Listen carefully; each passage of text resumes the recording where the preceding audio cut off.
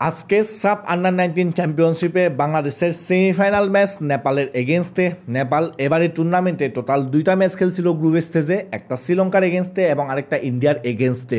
শ্রীলঙ্কার এগেনস্টে ওরা জিতলেও ওরা কিন্তু ইন্ডিয়ার এগেনস্টে জিততে পারে নাই, যার কারণে কিন্তু গ্রুপ রানার্স আপ হিসেবে ওরা কোয়ালিফাই করছিল সেমিফাইনালে এবং আমাদের প্রতিপক্ষ হয়ে গেছে।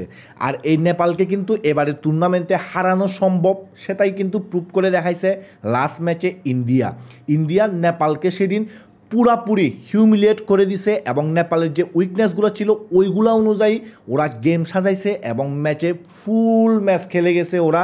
তো আজকেও আমরা যদি আমাদের পোটেনশিয়াল অনুযায়ী পারফর্ম করতে পারি এবং নেপালের উইকনেসগুলো ধরে ধরে আমরা যদি আজকে গেম প্ল্যান সাজাইতে পারি, তাইলে আমার কাছে মনে হয় আজকে আমরা নেপালকে ইজিলি হারাই দিয়ে ফাইনালের জন্য কোয়ালিফাই করব। এখন দেখা যাক আজকে বাংলাদেশের গেম প্ল্যান কী থাকে, আজকে বাংলাদেশের স্টার্টিং ইলেভেন কী থাকে, এবং আরেকটা দেখার বিষয় হবে আজকে নেপালকে আমরা চাপে রাখবো নাকি নেপাল আমাদেরকে চাপে রাখবে।